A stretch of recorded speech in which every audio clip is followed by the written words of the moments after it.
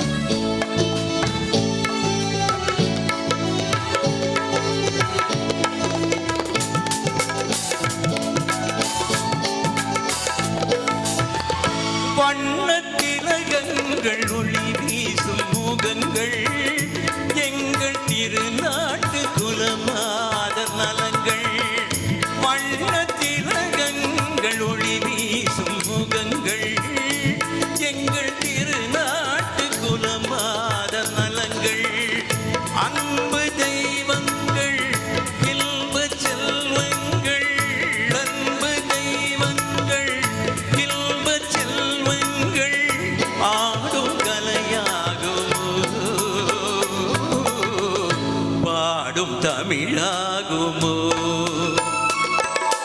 வணக்கம் பலமுறை சொன்னேன் சபையினர் முன்னே, தமிழ் மகள் கண்ணே.